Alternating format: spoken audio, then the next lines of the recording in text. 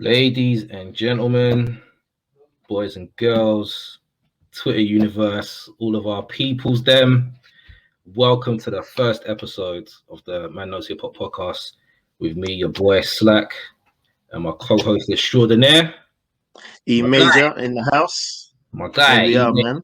Yeah, That's man. it, man. We're here, man. I know we've kept you guys waiting for a while, for a few weeks and whatever. But yeah, we're finally here, man, with the first episode. So bless up for all the subscribers. Bless up for 100%. everyone that's been waiting for this to pop off, man. We really appreciate you. Big respect for bigging us up and letting us know that you're gonna be tuning in. And yeah, man, welcome to the first episode, man. It's great to have you here. Definitely, man. It's good to be here, man. This is the podcast, man. Man Knows Hip Hop, the podcast that knows hip hop and celebrates hip hop, man. We're here, man. It's going to be a good one. Stick with us, man. We're enjoying it already, but it's going to be good, man. It's going to be good. Yeah, facts, man. So basically what we're going to do is every week we pick a topic and we will kind of try to stick to that. And what we'll do later on down the line, we'll ask you guys what you want us to talk about over the course of the week. We got a few guests and stuff lined up for our shows that's coming up as well. So we got some good stuff in the can, people. We've got some good stuff in the can. So without further ado, the first episode, we're going to be talking about hip hop legends, classics and icons. And the reason we picked this is because every day we see, like, on the timeline, the words are being misused. Shout out to my boy Kill. We spoke about this in a week. Just the way that these words are just getting misused, man, and it's draining my energy, draining my spirit. Definitely, my chakras ain't aligned as they should be. Just because every day I'm seeing an album drop on Friday at midnight, and by 10 past midnight, the album's labeled a classics, labeled album of the year, and all of this kind of stuff. So me and he said, you know what, we're gonna do a show. We're gonna talk about what we would deem to be classics, and we're gonna run some definitions, and all that good stuff. So we're gonna run through a few obvious classics. We're gonna run through some personal classics, and then we're gonna talk about legends and icons in hip hop as well, man. So stick with us for this hour coming up. And hopefully you disagree with some of what we're saying. It can actually create discussion. So let's see how we go. Definitely, man. Definitely. But yeah, here we are, man. Like Slack said, man, we're going to talk about some classics today.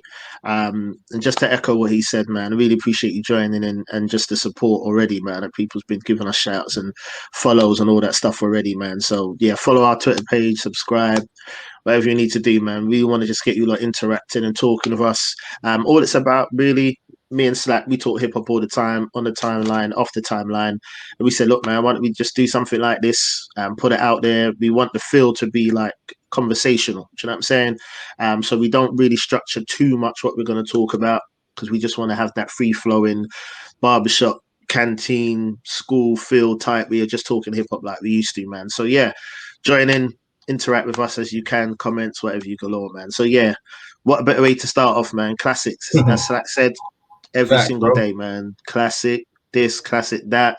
So yeah, we just want to break it down a bit for you today, man. So I guess what the best way to start off, Slack, how would you define a classic in your opinion? How would you define it? Put the spotlight on me straight away, bro. That's crazy. That's it, man.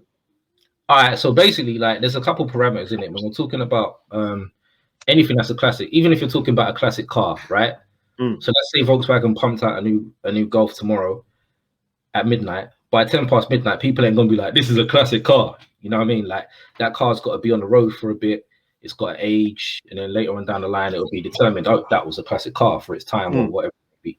I think it's got to be the same thing in music. So one of the first parameters I'm talking about when it comes to saying that something is a classic is time. You've got to let something marinate. You've got to let something cook. You've got to let something grow. Something that sounds dope to you today might sound really trash to you next week. And I know that's happened to you guys on the timeline as well. I know that you said that something's dope on Friday at midnight, and then maybe like by Monday you're like, yeah, I've listened to it 3 times now. It's not sounding as fresh as it used to. So for me, time is the number one. Another thing I'm talking about when it comes to classics is impact. So how did it impact on the culture? How did it impact on music? How did it influence other artists? Did it make them want to record some music and all that good stuff? Originality as well. You know what I mean? So people are going to want to copy something that's original rather than doing everything that's already been done, because we're seeing a lot of that now with auto-tune and You know what I mean? T-Pain must be spinning because my man come out Trust. with the now it's like everyone's running with it. You know what I mean? So that's another one. And something that's pioneering, man. So you know, when Paid in Full come out, that was a pioneering album. You know what I mean? That made people rap a different way. Exactly. So even though I'm not a fan of Kanye's 808s, that changed the way that people did music in a way. You know what I mean? So even albums I don't like, I would have to admit, okay, yeah, cool, I'll take that on board. That's a classic. You know what I mean? Exactly. That's a classic. Yeah. What about you, bro? What parameters are you talking about? Same, man, to echo what you're saying as well. But just before I get into that, one thing I want to pick up on what you said that I think is important to highlight is the whole time thing. I mean, you rightly said, man, something drops a day, it's a classic. We've seen things be called classics and they ain't been out yet. Do you know what I mean? Just a track list has dropped. This is a classic. Do you know what I mean? It's like just from the track list. So we know there's that kind of thing that's lost. But I mean, if you look at, because I was pulling it up because I wrote it out the other day, the actual official definition of a classic is something that's judged over a period of time to be of the highest quality and outstanding of its kind. So the key thing there is judged over a period of time. I think it's important to mention, like, obviously a lot of us are old school heads, man. We still go by the classic, you know, the 5 mic rating, the source, what have you. We know that a lot of us still stick to that. Don't really talk about tens and all that, but we'll get into that after. So it almost seems hypocritical what we're saying, because we're saying, like, how can something be an instant classic when it will be reviewed by the source, and they give it 5 mics, which means classic, and it's just come out. So we understand that. We understand what we're saying, but I genuinely think when that person who's reviewing it has had it, it's not just been released and they've listened to it for It's not listened to it for 24 hours. Do you know what I mean? They've sat with it for a while before it's been out. They've listened to it. They've broke down what they feel a hip hop album needs to have, or album needs to have, for this to be deemed as a classic in time. And I thought that 5 mic rating, the classic rating, is saying that this is going to go down as a hip hop classic. Do you know what I'm saying? Yeah. So we understand about the instant classics and things like that. So, but overall, time's an important factor, man. You can't have an album in your possession 12 hours and it's a classic, man.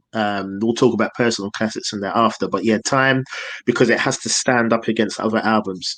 So to answer your question, I'd echo everything you say as well.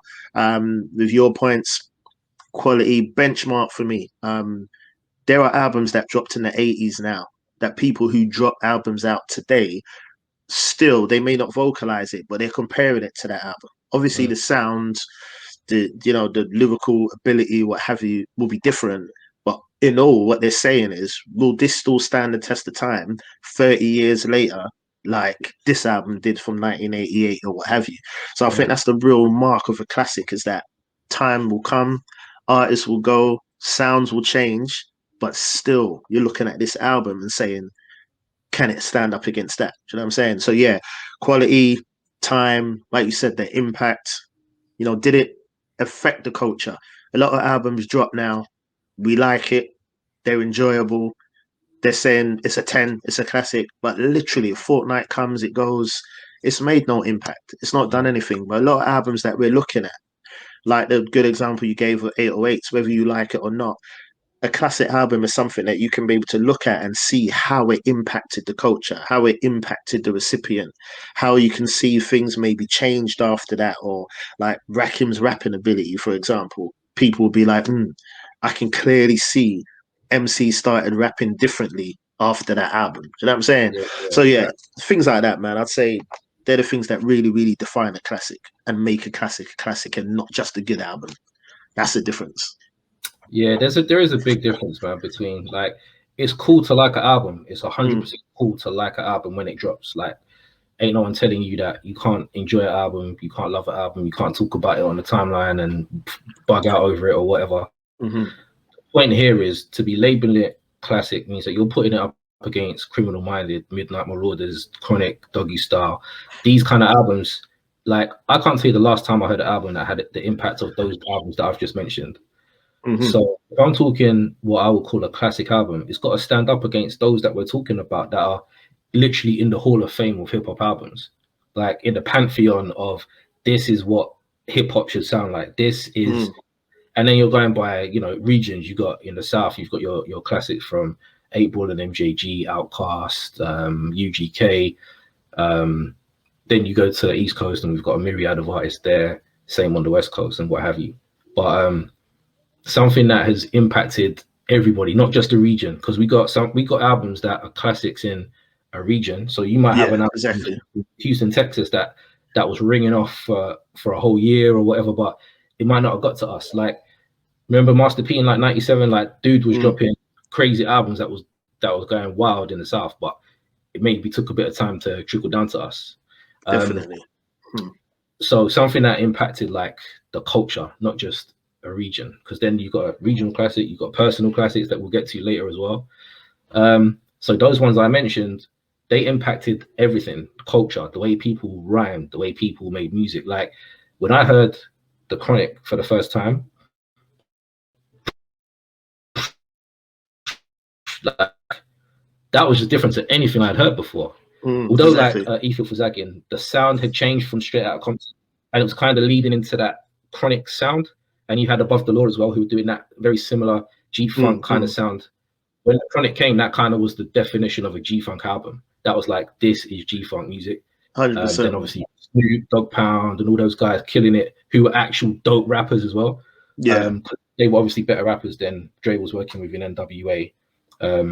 No disrespect to, you know, Easy and Ren, but they were better rappers. Like, it is what it is. So that album, the impact, originality, pioneering, the quality, like you can literally play the album today on any sound system and it will still knock. Like you will hear every drum, snare, kick, hi-hat, every sound is just crisp. But Dr. Dre's genius with that EQing and, you know what I mean, the engineering side, but everything it ticks. So whether or not you like Dre as a rapper or a producer or whatever, you have to admit that album was wild. And it's still, I could still put that album today in 2021 and say, yeah, this album is still nuts today. Which we do, yeah, exactly. And that's a classic. You can still listen to it 30 years later. Exactly. Right. Yeah, literally next year is going to be 30 years, right? Yeah, mad. It's crazy. Like for you to still be able to put album on, and as well, an album that you like, in order for me to say an album's a classic, I should know at least 5 songs off that album, word for word, back to back. Because otherwise, was it really a classic? Like if you don't know songs there, you don't know the rhymes, you don't know the little intros, and I could play an album now and I know every little bit of it because I've played it to death and I heard it everywhere. Out in the summer, or you go somewhere, you go to a club and they're playing all the tunes and all that. I know it's changed now, it's not like what it used to be, but those are what really impacted the culture. Like you go to a club, you go outside and people are playing it in their cars, and it lasted for a period of time. Like you'd have the singles as well. The singles will lead up to the album. That is a big part. Anticipation, that was a big part of it as well. We don't have that now. We don't get singles. Someone will just be like, I'm dropping an album Friday. You're like, oh shit, like it's Thursday, 10 o'clock, bro. Like that's just how it is now. And I guess we can come on to how the music industry has changed how we look at albums as well, because the way that music's being released kind of would dilute the whole classic conversation in a way. So I agree, man. Yeah, that would definitely have an impact as well. So yeah, Chronic comes as an example of everything that ticks the box of everything that we said would lead up to what we would deem a classic album. But I've got a couple that I'm going to put out and say these are Uncle classics, and he's got the same. Definitely, man. All right, man. So you want to chuck it out, or you got something to add?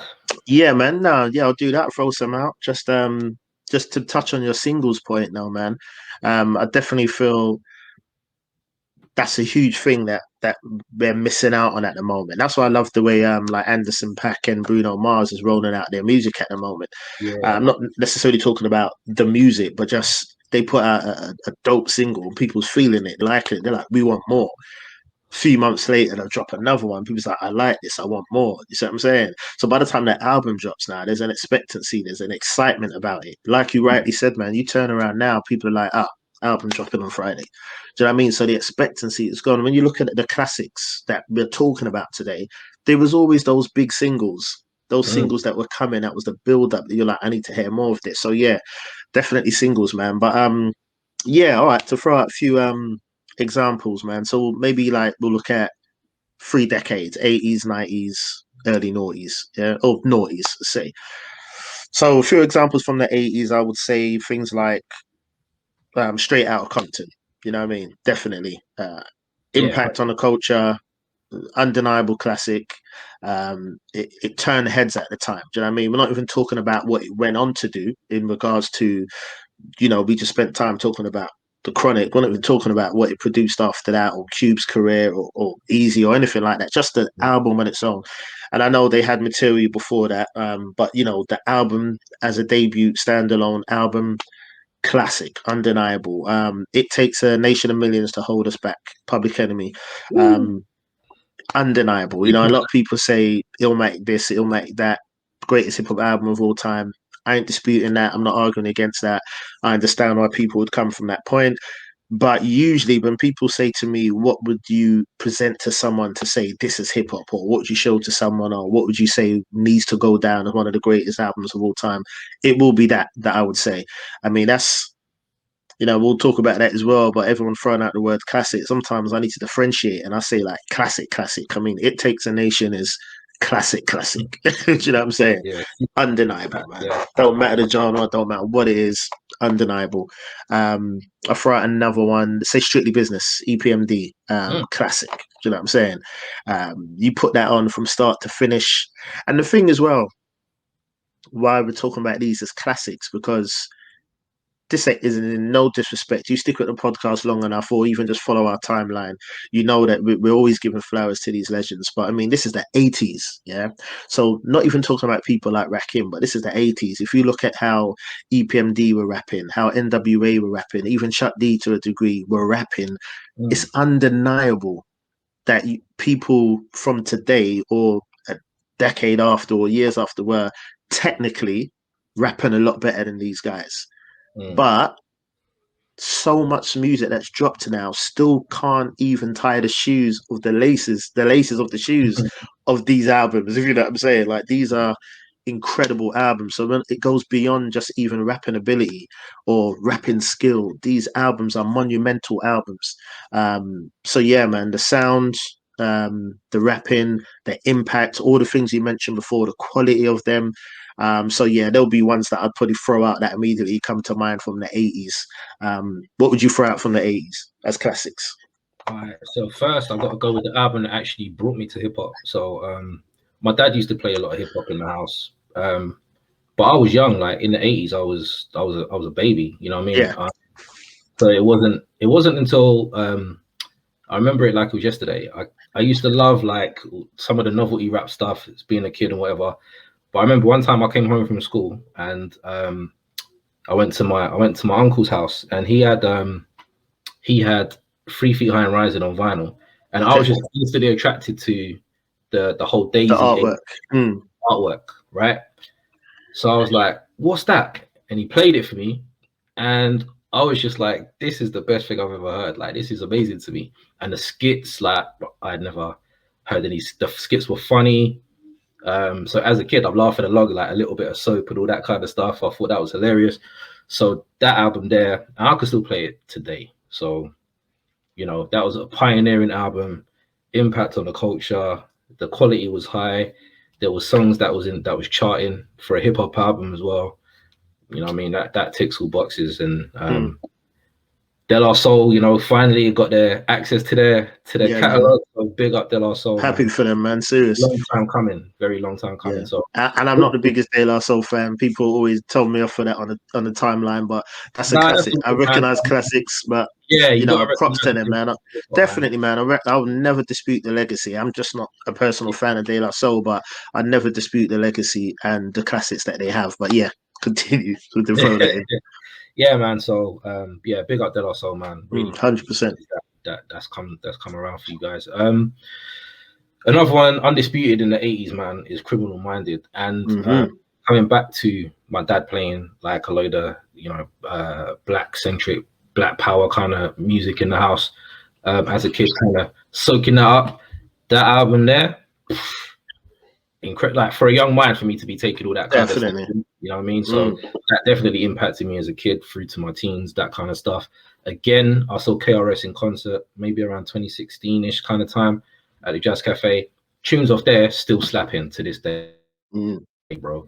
And you got to say to yourself, this came out in the 80s. Like, That's I what I wasn't mean. even really old enough to digest what he was saying in these songs, but I could listen to it in 2016 at a show and be like, damn, this is still knocking. You know what I mean? So, yeah, that one definite. And the last 100%. one that I would say is, well, not the last one, that's a classic, but the last one on my list for now is Paid in Full, because what more can you say about Rakim? You know what I mean? And Eric B. That album, again, I played it literally the other day in my car. Me and my son riding out, playing it, and it was just every tune slaps still to this day. And it doesn't sound as dated as it should, considering the rap style that Rakim was using at the time and the beats. But because I think the beats have been kept alive because they've been kind of recycled a bit, like some of the lyrics as well, like, you know what I mean? Yeah, like exactly. Lyrics have been recycled a bit, so it's kept it alive and it's kept it relevant. So, and the reason it's been kept alive is because it's a classic. It's a classic. Yeah, man. 100%. So that's my 80s list right there, man. Definitely, apologies if I missed your favorite off the list, but you know, I can't have everything on there. Nah, there's no doubt we did miss them. 80s is a strong year, like you rightly said.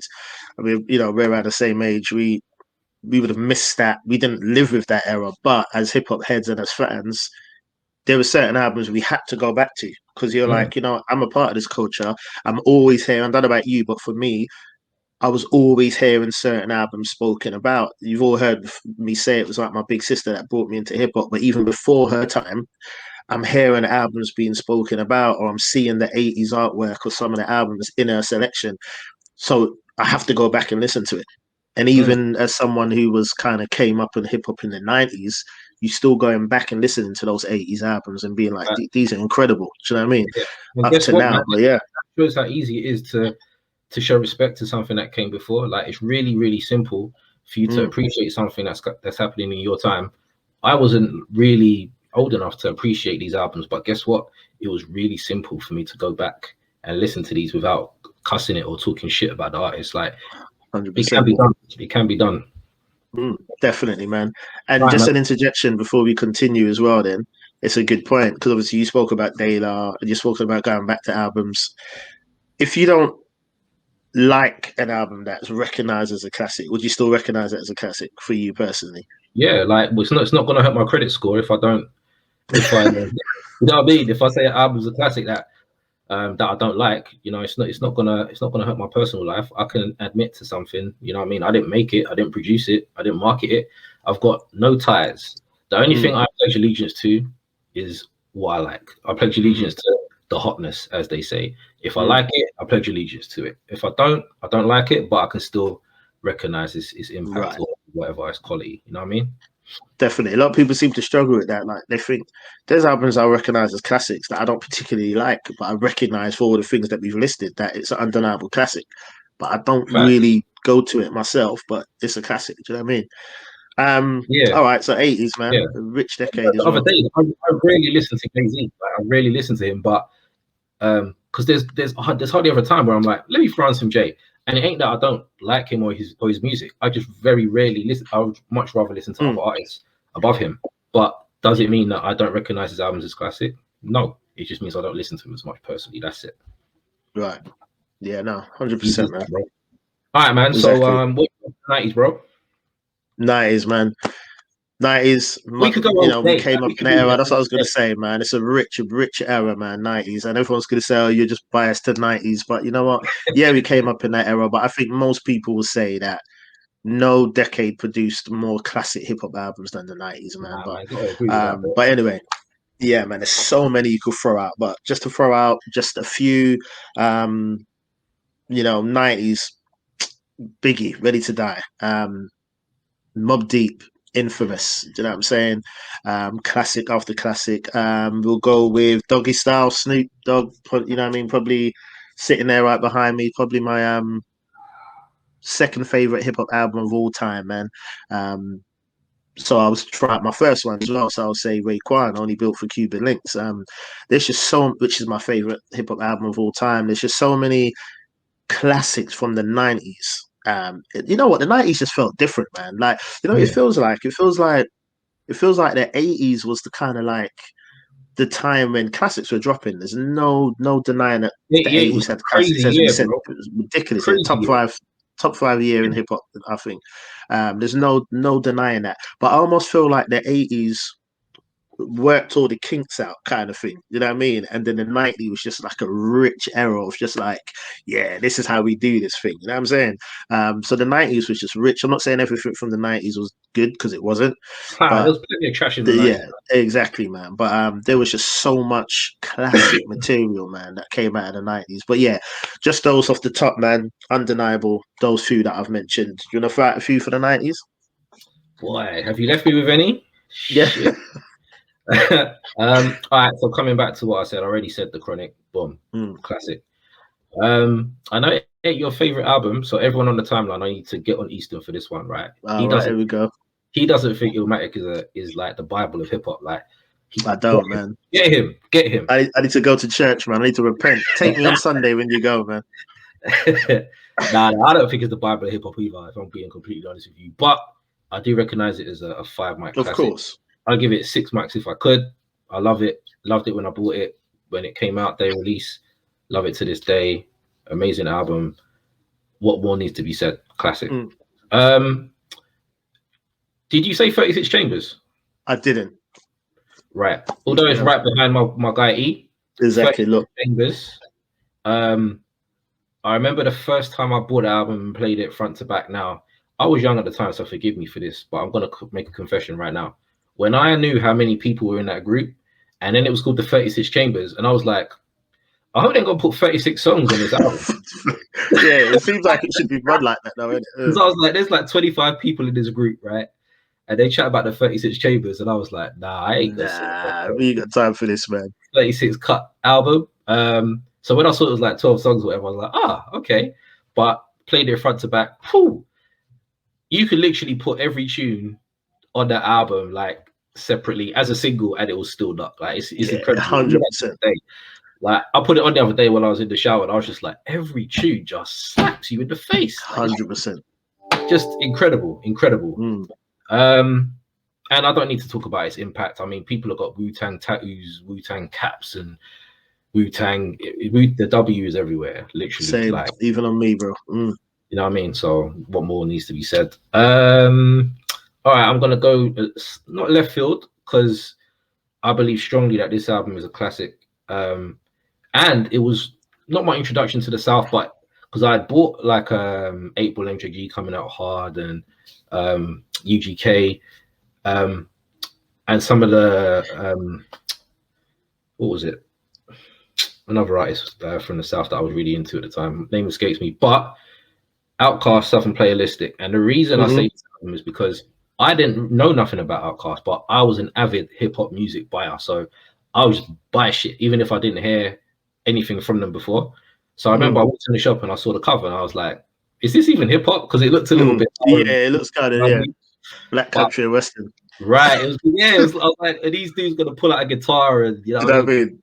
So I said to the dude, like, "Is this hip hop?" He was like, "Yeah, that's a hip hop album." So all right, cool. I played it and I was blown away. Me and my little crew of friends at the time, we literally learned the album front to back because we were amazed at the rapping, the beats, everything. And I still play the album so much up to this day, man. I think I tweeted about it literally the other day and just said, like, this album here as a debut hip hop album is up amongst the very, very best. Yeah, I agree. Yeah, so Outkast, man, Southern Playalistic, Cadillac Music, I'd have to give that a 5.5 mic classic album. No. Impact, longevity, pioneering, you know what I mean? Like they even when Andre, you know, famously said the South got something to say, like people had to sit up and take notice, man, because we saw what happened to them after. Definitely, man. You know what I mean? Yeah, so that's a few of mine from the 90s, man. And it's mad just thinking about, not to turn this into an Outkast show, but the props that album gets, for me, it's like my 3rd favorite Outkast album. It's mad because it's like, look how good that album was. But for their first 3 album run, it just got better and better. Like, not many people can actually say, maybe not for you, as I know how much you love that album, but for me, it was like, it's that one, and you're thinking, yeah, this album's hard. And then it's like 80 Aliens, and you're like, rah, this is mad. Yeah. And then, do you know what I mean? A Criminal, you're like, nah, yeah, props to album. But yeah. But you know what I mean? So there, I'm not mad at any order. Any order. So if someone's got a Criminal first, I'm cool. You got 80 Aliens first, I'm cool. That's how good it was. I don't care. They're all three brilliant albums, classics. So, you know what I mean? Whatever order it is in is cool. But for me, personally, Southern Playlistic, I can play top to bottom any day of the week. I would skip maybe a couple on 80 Aliens, and I think I'll skip maybe one, maybe two at tops on Aquemini. I skip nothing on Southern Playlistic catalog music. That's just me personally. So yeah. But yeah. 2000s, bro. Now this was slightly more tight than the others. Not as rich as the 80s and 90s for me personally. But let's see what you got. Yeah, so for like you said, it's a little bit, not that there weren't classics, obviously there are, but I just feel we just had a pick of the litter with the others, man. But yeah, few that come to mind for me would have been Scarface The Fix, classic. Yeah, that would be my favorite Scarface album. Yeah, out of his catalog. That's an album for me. That's just a run through album. I'll just leave that playing. The other day, well, not the other day, so it had been a few months ago now. I was in the gym and I just had sometimes I'll just pick a random album to listen to, and I had that playing, and just every track, man. Like, no temptation to think, let me skip through this. Just and just how it runs. Do you know what I mean? Yeah, the production, how it runs into it. Just wonderful album, man. The Fix is a dope album, man. Scarface, peak. Definitely, man. Yeah, classic, man. Love that. Supreme Clientele, Ghostface Killer. Incredible. Once again, incredible album. For me, Iron Man's my favorite album from Ghostface, but I ain't mad at anyone that says Supreme Clientele. And you know, some people know by now I'm not the biggest fan of long albums, or bloated, like, not in a negative way, but I don't know. There were a few times and I felt like Supreme Clientele nearly aired on the bloated side, but whenever you play it again, you're like, nah, he pulled it off. Do you know what I'm saying? Like, every track, he just kind of like, he pulled it off, man. It's okay. Like, it was dangerous for a little while, but he pulled it off. The album's, do you know what I mean? It's strong album, man. Yeah, so many tracks at different times was like, that might be my favorite Ghostface track. That might be my favorite track of the album. Yeah, bona fide classic, man. And it was an important time as well for Wu as well. Do you know what I'm saying? Around that time, let's be honest, man. Yeah, that's true. Not talking about their group catalog, but just Wu on the whole. I don't want to say they were falling off, because I don't know if they can, but I don't know how to articulate it, man. It was an important time for Wu, man. I think he really brought shine back on that logo, man. And I think you're right, man, because I think a lot of people like, RZA ain't doing all the production. You know what I mean? There was that kind of period of time where there was a couple of dud albums, or what people deemed as not as great as the initial run, and then Ghostface just come through like, got a knife and fork, you know what I mean? Definitely, man. And then just delivered, man. So yeah. Yeah, incredible album, man. And I got to go with Jay. Got to throw a Jay album in there. Blueprint, 2001, classic, man. I don't think I know anyone that wouldn't call it a classic. Probably going to get loads of people in the in the replies now. Yeah, I wouldn't, but still, definitely will.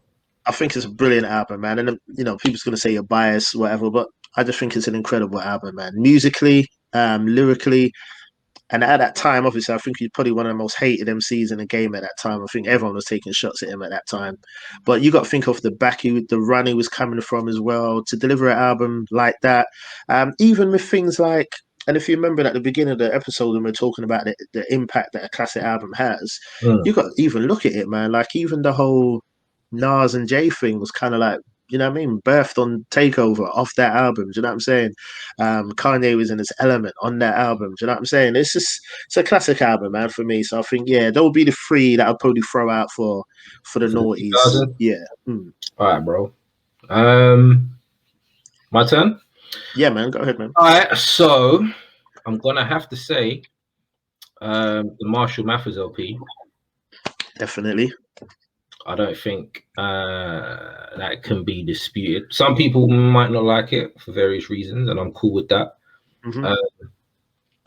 But me personally, I think that was Eminem nearly at his peak. I think he had started to make beats on there as well and whatever. So I think the first album was kind of some demos and stuff that was kind of changed and stuff. I would still say that's a classic album, but yeah, this album was, you know what I mean, fresh. Him and Dre, Impact, obviously, the rapping, over time, I think maybe it hasn't aged well with regards to some of the stuff. Some of the content, yeah, but some of the stuff he's talking about on there, like massive homophobia, like killing his wife, and you know what I mean, all that kind of stuff going on. But like rapping wise, music wise, I think it went diamond. I think it sold like 10 million albums. So that means that it went across, like people that wouldn't normally buy hip hop were buying that album. No doubt. Regardless if it's because, you know what I mean, he was a slightly different shade than everybody else that was rapping, or it's because they just like the music or whatever it is. Yeah, it's a classic. Yeah, you can't go anywhere in the world and go Eminem, Marshall Mathers LP, and they're like, I've never heard of this guy. Like, what are you talking about? So yeah. This album here, right, that I'm gonna say next, probably had like one of the best rollouts I've seen for an album ever. And because I think I was at an age where I could really appreciate what was going on, so that whole 2000 I was into 50 from 99 or whenever Power of the Dollar didn't really come out. Yeah, but I had to Rob on a sampler. I think I got it as like a promo or something, and I played it and I was like, who is this guy who's talking about robbing everyone? And there was this, you know, the whole controversy. Then, you know, he gets shot, goes away, whatever.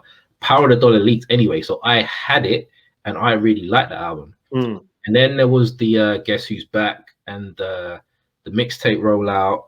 Yeah, and there was the whole thing about him getting shot, and everyone was like, what's this guy? Who is this guy? And then In the Club came out, and Wankster and all that. But In the Club, right, I was literally in the club with my friend was DJing at the time, and he had to pull it back like 5 times because the place was just going absolutely crazy every time that song dropped. So again, Impact, just everything that you definitely would say, man. A classic album. Whether you like 50 or you don't, I don't care. I'm talking about the impact of the album, of the product that he produced, everything around the album, even with him being with Dre and Eminem, who was the hottest rapper in the game at that time. I remember going to the shop to buy the album and everyone was sold out. Like, I was just gonna say, where does that happen? Like, that doesn't happen. That was like Doggy Style feel. Yeah, like, there wasn't, you know what I mean? They were I've like, not seen much albums be crazy like that. To get it, but I ended up getting 2 copies because I don't even know why. But I got the DVD one that was like a 2-disc thing. Yeah, I had that one. Yeah, so yeah, I had to get 2 copies of that, man. So yeah, I don't think that one could be disputed personally. I think that's, you know, the definition of a classic. And my last pick is an album I don't really play often. When it came out, I think it was refreshing because it was different to what was happening at the time, and also this dude wasn't recognized as a rapper. He was more recognized as a producer. So it was kind of like, what's his rap gonna sound like? So I had heard maybe a couple mixtapes. I was like, okay, cool. But then when the album, the gangster tales and the bitches and hoes and all that kind of stuff, it was more like talk about Jesus, and you know what I mean? Even the themes were just like very different. So the College Dropout, I think, has to go down as a hip hop classic, just for, you know what I mean, the impact, the originality, the quality. You can play the album now. There might be a few skips on there, and it is very long, but yeah, it's a bit bloated. You have to recognize that.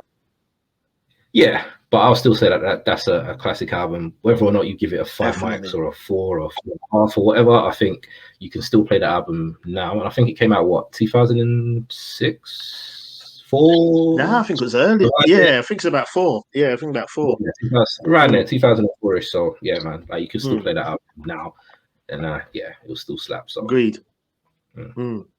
Those are my picks, man. Classics. Yeah, man, I like them. So yeah, and like you said earlier, man, there's tons more we could mention. We just wanted to give a few as an examples to say these are 30s. You know what I mean? These are classics, man. So that kind of brings us nicely on to another point then. We're looking at certified classics. and then we also need to look at personal classics, right? So the way right, I so just tell me before you even get into that. Okay. What's your definition of a personal classic? Because that leaves the road open for It does. everything that ever drops. It does. It does. So how I would break down a personal classic for me, personally, is that a certified classic is undeniable. I mean, you're always going to get the ones and twos that will say, nah, I don't see that as a classic. But the general consensus is that it's a classic. As we've mentioned, there may be even albums that we're not big fans of, but we recognize them as classics, right? Yeah. But I feel the difference between a general classic and a personal classic is that it's not just an album you like, because if that's the case, we're all gonna have thousands of personal classics. You know what I mean? Yeah. But I think it's an album that we beyond like, and we almost see this as like the way that a classic album impacts the whole culture. It's had that impact on us personally. You see what I'm saying? And I know sometimes that personal preference can be a cop out, but not like that. It's just like this is an album that you see the artwork, you think of things surrounding it, you play it, it has that same impact on you personally that a classic has on the culture. And that's how I look at personal classic. And other people, there may be majority of people that don't recognize this album as a classic, but it doesn't matter because to you, that's a personal classic. Not just an album you like, it's a personal classic. Yeah, would you add anything to that, or do you agree or disagree with what you're saying? No. I totally go with that. Totally go with that. All right, then. So what I'm going to do then, I think we throw out some examples of personal classics, and the only reason why I'm looking at my phone now is because I've got a long list of them. As I said, you know what I mean. This album, we listen to a lot of music, don't we? So I'm going to throw out a few that I feel are personal classics. Some may say, "Nah, that's a classic," but what have you? Das Effect's "Hold It Down." you know, you're not going to please everyone, in it. For me, Das Effect's "Hold It Down." Personal classic what? for me. That's a good. I've actually seen a lot of people say how much they like that album. You know what I mean? I was quite shocked by that. Not that it was a bad album, but I was just shocked that the amount of people that have said like that album for them is like, you know what I mean, a personal classic album. So yeah, big up. Incredible album, bro. And once again, you know, 95 and 96 are probably my two favorite years in hip hop. 95 is stacked. You see what I'm saying? And I think Das Effect's "Hold It Down" still stood amongst the heavyweights, man. 95. 95 was a nutty year, boy. It was when you look at the albums that dropped to 95 from all coasts as well. And we're not just talking no East Coast bias. I mean, hip hop in general, man. It was crazy. Man. 95 was insane. But yeah, Das Effect's "Hold It Down" for me. If I had to say, you know, look at some of the albums that I've just played the most in my life, albums like Muddy Water, Redman, Das Effect's "Hold It Down," that would be amongst them. That album's incredible. Most people know anyway. I love Das Effects anyway. I think their first four albums are dope. Like I love Das Effects. You know, they came out, done what they done, done it well. They were victims of their own success. A lot of people ran with the style to the point where you didn't want to hear them no more. Not me, but I mean, many people didn't want to hear them no more. You know what I mean? Had a couple of years break, came back with Hold It Down, still dropped the diggity, but you know, not half as much. Not half as much. But the production, bro. Anyway, Hold It Down for me. Love the album. Incredible album. A few more personal classics for me. Exhibit, At the Speed of Life, 1996. Personal classic for me. When that dropped, Paparazzi blew my mind. I thought I ain't heard nothing like this, man. I was like, that was crazy. Telling you, man, the video, everything, and just him as well. I know we've heard him on different things before, licks and stuff like that, but I think that album is incredible, man. Still an album that I play to today, but not everyone would recognize it as a classic. I think it's not a West Coast classic. I think it's a hip hop classic, man. Let me ask you something though. Just on that point. Yeah. Do you prefer At the Speed of Life or do you prefer 40 Days and 40 Nights? I prefer At the Speed of Life. I think 40 Days, 40 Nights is a better album musically. Yeah. I think it's a better album musically. The structure, I don't know about the lyrics, but the structure, the songs on a whole might be better, if I can say that.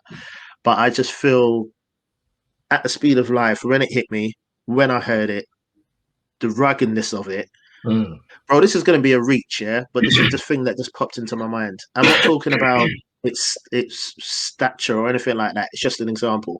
For me, At the Speed of Life, and 40 Days and 40 Nights is almost like 36 Chambers and Wu-Tang Forever, in a sense where musically, sound-wise, quality, Wu-Tang Forever is probably the better album, but 36 is the best album out of the two, if that makes sense.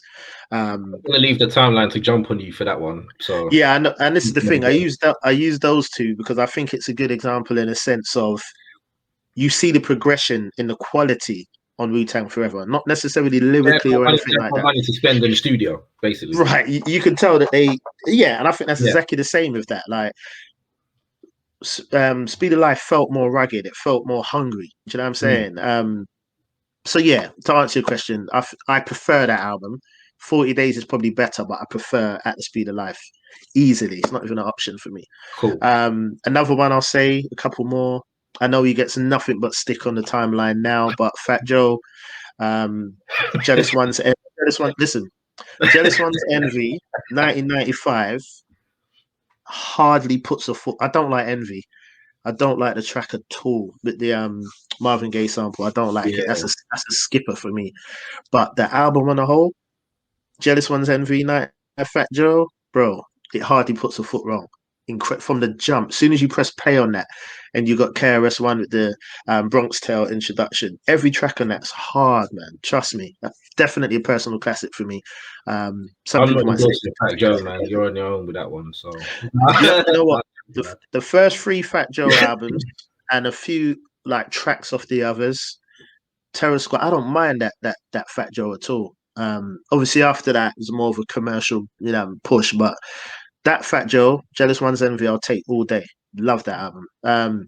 And to be honest, when I think about Primo, when he hooks up with different people outside of Gangstar, probably Fat Joe and Primo, one of my favorite combinations. I think they go so well together, man. But anyway, that's another show.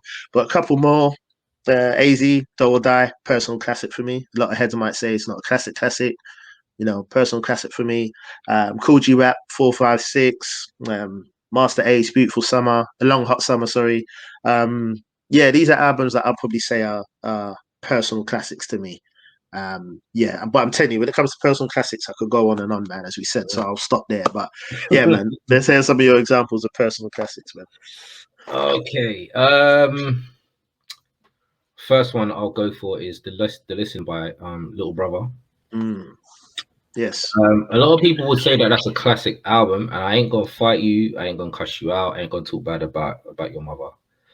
I would agree, but some people might not have got to it. Little Brother is still relatively unknown as a whole when it comes to hip hop. Yeah, I'd agree.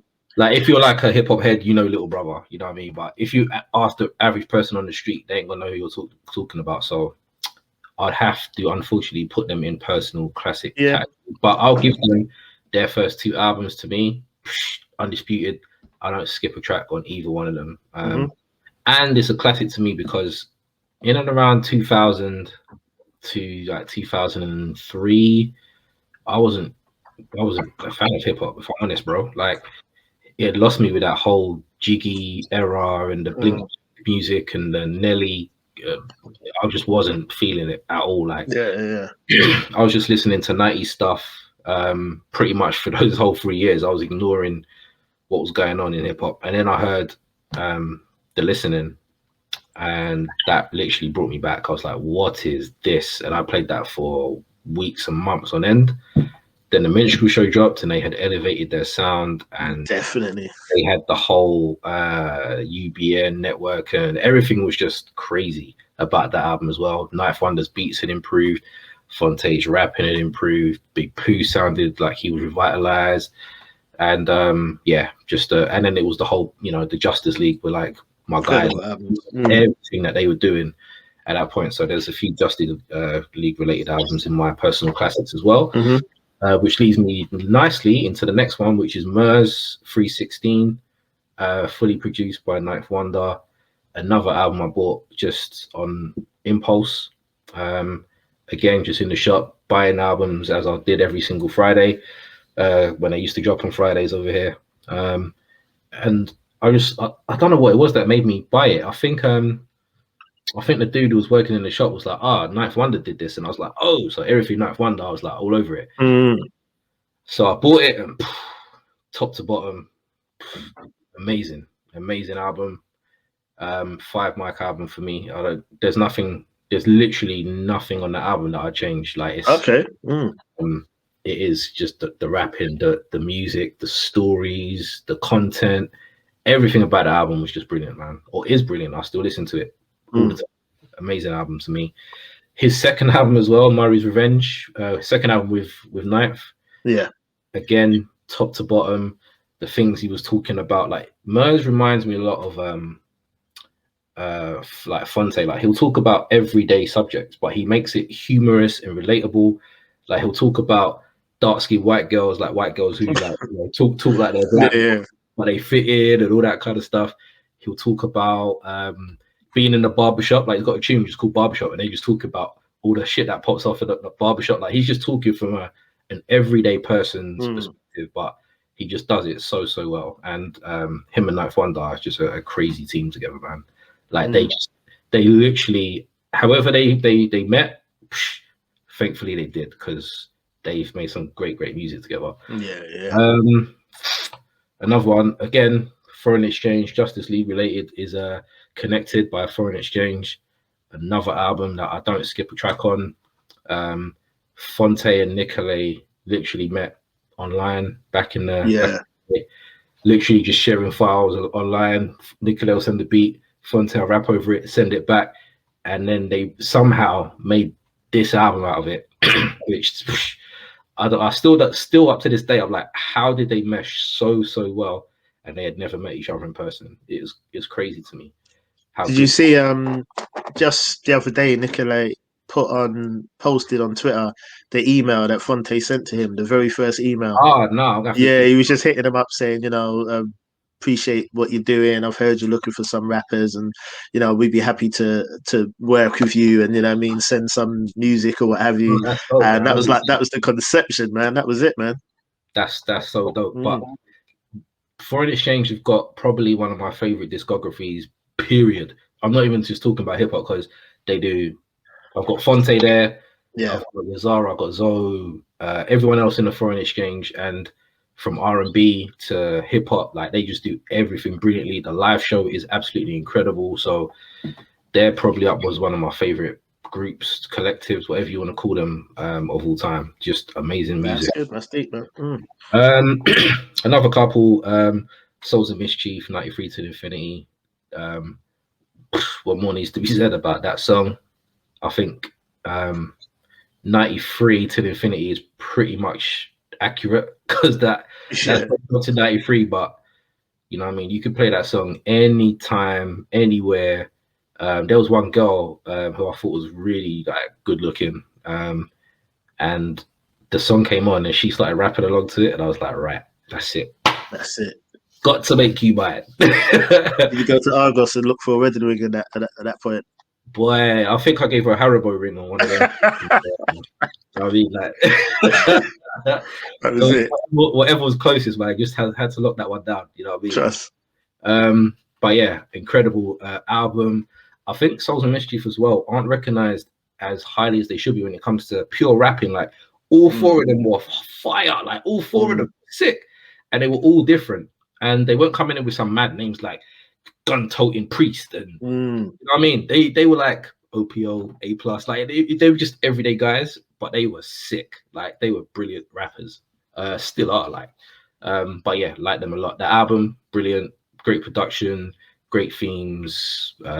Just loved it. A lot of people love it, so it might be recognized as an overall classic. But for me, one of my favorite albums of all time. The last two, Redman, There Is a Dark Side. Always bigging up Reggie Noble, because he's one of the greatest to ever do it. And this album, again, top to bottom, the craziness of it, the darkness of it, the beats, the rap, everything perfect to me. The skits is funny, it's humorous. There's a bit of everything that I like on there. It's grungy, but then you've got like Superman Lover, so you can go from like Neurotic, which is just mad, to Superman Lover, where he's telling a funny story. Then yeah, he just had a bit of everything for me, man. So that was up there. And finally, I'll go for Dog Pound Dog Food. That was an album that when I found out Dre didn't do the beats, I was kind of like, don't know if I want to know about this, but when I actually heard it, I was surprised at how good it was. It's an incredible album, man. Even today, like the sound production level on that album is incredible. Like Daz did an amazing job on that album with the beats and stuff. So yeah, I think that one with him and I remember I was watching an interview and Daz referred to them as the EP&D of the West Coast. Okay. And at the time I was like, are you sure about that one? But when he's talking about Eric doing, you know, beats and rhymes and Parrish doing the raps, although I think Parrish did a lot of production as well, but I think that's what he was referring to. So yeah, great album, man, incredible album. So yeah, 100%, man. Yeah, man. All right, man. Classics galore, man. We can fry out classics, man. We could be here classics, man. Morning, like literally, like trust me, man. So, and that's the beautiful thing about music, innit, and personal classics. And I think I've got, you know, I generally got no issue with any album you bring to me and say this is a personal classic for me. Generally, no issue. I think it's just when we try to force albums on people and say this is a classic, man. It hasn't impacted the culture. It's just an album you enjoy, man. And we've got to talk about those dreaded 10s, man. Like people throwing out 10s all the time, man. So someone said to me once that I'm a hard man to please because I was saying something about why is everything 5s and 10s. And you know what? It's not about being hard to please or nothing at all. But for me, a 10 is perfection, isn't it? If you're giving an album 10 out of 10, you're saying that in no way, in any place, through the whole duration of this album, has it put a foot wrong at all. 10 is perfection. And I think, you know, you can't have... There's no room to grow then, is there? Like, there's literally nothing. Yeah. And it's just like, so what happens is people say, well, this is a 10. And it's recognized as a good album. So something drops after it and you're like, well, that must be a 10 then. If that was a 10, this has to be a 10. Right. Yeah. And that's what happens though. So it keeps going up and up and up, and it just makes the benchmark just be something that's like, come on, man, seriously, how is this a 10? Do you know what I'm saying? You can't have an album where you skip or dislike one song, but yet it'd still be a 10. It can't be. Doesn't make sense. These dudes who hand out 10s like sweets, man, they'll never survive in my group chats, bro. Like, albums get demoted just for like minor indiscretions. Like, it's so difficult to achieve a 5 because that is how difficult it is. If you go back through the albums that were released that didn't get a 5, and people say, oh, it's politics and all this shit, but at the end of the day, like Cuban Links didn't get a 5. I don't think Doggy Style got a 5. I don't think the Chronic Doubt never got a 5. No. I don't think Ready to Die didn't get a 5. Like, these albums were all, I mean, they were revised later and they said, oh yeah, by the way, we should have given it a 5 or whatever. But when they first come out, they weren't handing out 5s like sweets. And that's why they had to go back to it, yeah. Right. So I think if you're just handing out, oh yeah, participation trophies, this is a 10, that's a 10, that's a 10. I don't talk like that anyway because that's not how I came up. I came up with 5 mic reviews. 5 mic was the holy grail. 10s don't mean nothing to me personally. So I think that's how these young kids talk. That's a 10 or that's a W and all that shit. Like, that ain't funny. So they can keep that 10 shit and I'll stick with my 5 mics. And yeah, it's very difficult to achieve 5 mics. As you said, man, if something is a 10, that means it has to hit everything. Everything. Doesn't put a foot wrong. And I don't know if there's any album, hip-hop wise anyway, that I could say is perfection top to bottom. It's hard with hip-hop. There's a song I skip, or there's a beat that I'm not really 100% about, but I tolerate, or a rap could be better, or that line is a bit trash. Like, just so much, man. No, definitely. I've got to shout out Yints at this point, man. My guy Yints. So whenever I post things up and ask for mic ratings, he always says like 3 point, 4 point, 5, 2, 2, 2, 1, 1, 1. Just always makes me laugh when he does that, man. I don't know, he's just doing it to take the piss, but yeah, it makes me laugh, man. But yeah, man, rating. So just before we close, man, we got to throw in some legend talk, though, man. Because, you know what I mean? Just like the word classic is being thrown around 1,000,001 times, it's the same with legends and icons, man. So, Yeah. what are you saying about that, man? I just think like a lot of these terms just get, I don't know, man. It's just like misused and I don't know why. Because I wasn't straining to call everyone a legend when I was younger. You know what I mean? It didn't mean nothing to me if this guy I listened to and liked was like I loved Keith Murray in '94. Did I care if everyone was like he's a legend? No, I don't. Do I care now if they say he's a legend? No, because maybe he didn't hit his full potential. He had the potential to do whatever he wanted to do, but you know, personal things and fights and everything else that he was getting into at the time, like there's so much that goes into people's careers and stuff. It could be a record label, it could be you didn't get on with the person who was supposed to promote your album, so it got shelved or whatever. Like there's so many parameters that go into someone's career. Like for you to just label everything, it kind of waters down the people that have survived all these pitfalls and actually made a solid legendary career or done something legendary in hip hop. So it could be literally like you've done something legendary. Yeah, okay, cool. I'll say you're a legend. Like you could say like Curtis Blow. He was like the first person to really have a hip hop charting song, or the first recognized whatever it may be. He was like a hip hop superstar back in the day. Before my time, but you know, I've been told about this, and I've, you know, so some people say that he's a legend, or Grandmaster Caz, you know, legend, like writing like some of the greatest raps that we've heard. But then you're gonna put someone like that who's like literally a pioneer. Yeah. And done so much for the culture, done so much, and then you're gonna put them in the same bed with like some other guy who's done a couple auto-tune albums. Like I don't know how you'd equate the two personally. No. Like I don't know, but for me, like if you're a legend, you have to have done some legendary shit. Like not just release albums.